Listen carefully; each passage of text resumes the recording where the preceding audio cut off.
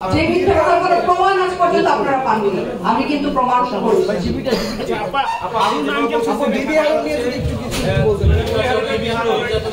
DB হারুনের হেল্পে, স্বরাষ্ট্রমন্ত্রীর হেল্পে জুয়েল আজকে আমাকে যা যা করেছে, অত্যাচার, মিথ্যাচার যা যা করেছে সব ডিবি হারুনদের হেল্পে করেছে। এবং ডিবি হারুনরা আমাকে যে হুমকি দিত, ঠান্ডা হুমকি ফোনে, জুয়েলের ফোন থেকে, আমি তো বললাম আপনাদেরকে। ডিবি হারুন এবং জুয়েলের মধ্যে আসলে সম্পর্কটা কি আপনি কি জানতে পারছেন? টাকা পাচারকারীর সম্পর্ক। আমাকে জেল খাটানোর পরে কিছু ছবি দেখাবো আমি। ডিবি হারুন যায় হজ করতে। আচ্ছা, আমাদের কাছে একটা তথ্য আছে, সেটা হচ্ছে যে ডিবি হারুন তার অনেকগুলো টাকা জুয়েলের মাধ্যমে সেখানে ইনভেস্ট করেছে। আপনি কি এই ব্যাপারে কিছু জানেন? হ্যাঁ, বলেন একটু। বললাম তো অনেকগুলো টাকা সে ডিবি হারুনের টাকা এবং স্বরাষ্ট্রমন্ত্রীর টাকা সব। আমি ডিবি হারুনের কথা পরে জানছি। আমি প্রথমে যেটা জানতাম যে স্বরাষ্ট্রমন্ত্রীর টাকা সে পাচার করত, কিন্তু ডিবি হারুনেরটা আমি জানছি পরে। ঠিক আছে, এই যে দেখেন ডিবি হারুনের হজের ছবি, সাথে এই যে আমার হাতের নিচে যে এটা হচ্ছে জুয়েল। একজন সাংগঠনিক নেতা না, শুধুমাত্র টাকা পাচার করেই তার এত পাওয়ার। তাহলে বড় নেতাদের পাওয়ার সম্পর্কে আমাদের ধারণা করা উচিত আসলে। আপনি একটু আমাকে স্পষ্ট করুন যে এই কথা আমি শুনতে পাইনি। আমরা তো অনেকগুলো অভিযোগের কথা শুনলাম।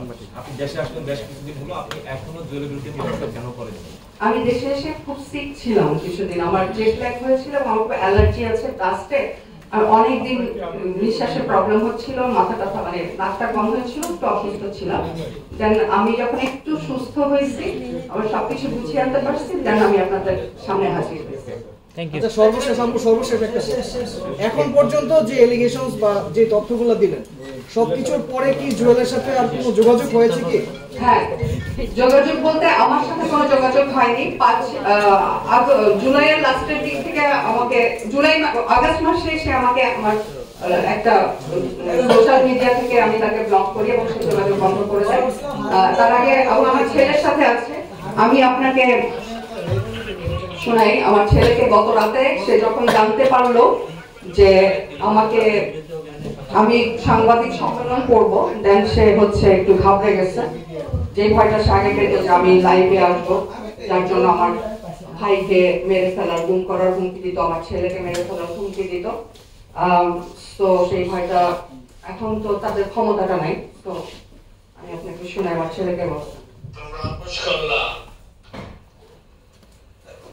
সেইভাবে আমি বিদেশ চলে আসলাম। তারপরে এখন তোমার আমার কি সাংবাদিক সম্মেলন করবে? এগুলা সাংবাদিক সম্মেলন কিসের উপরে করবে? সে কি মানে এগুলা তুমি না আমাকে বলবা যে মামা আপনি টেনশন করেন না, সে কিছু করবে না? তুমি বলো না আমাকে। এই কথাটা সে কেন বলছে? যে আমি যখন আমেরিকা যাওয়ার পরে হুমকি দিচ্ছিল আমাকে, আমি যখন লাইভে আসতে চাইলাম, তখন আমার ভাইকে গুম করতে চাইলো, ইভেন আমার আত্মীয় স্বজনকে যে মামলা দিবে সব ভয় দেখাইছে। তখন আমার ছেলে বলছে যে ঠিক আছে, আপনি সমস্ত গুম টুম কারোর সাথে কাউকে আমি মিথ্যা মামলা টামলা দেওয়ার দরকার নাই, আম্মু লাইভে আসবে না। এটা আমার ছেলে বলছিল, এটাই বলছে। আর কালকে গত রাতে পাঠাইছে আমার ছেলেকে। আপনার ছেলের বয়স কত? আমার ছেলের বয়স এখন 23 বছর।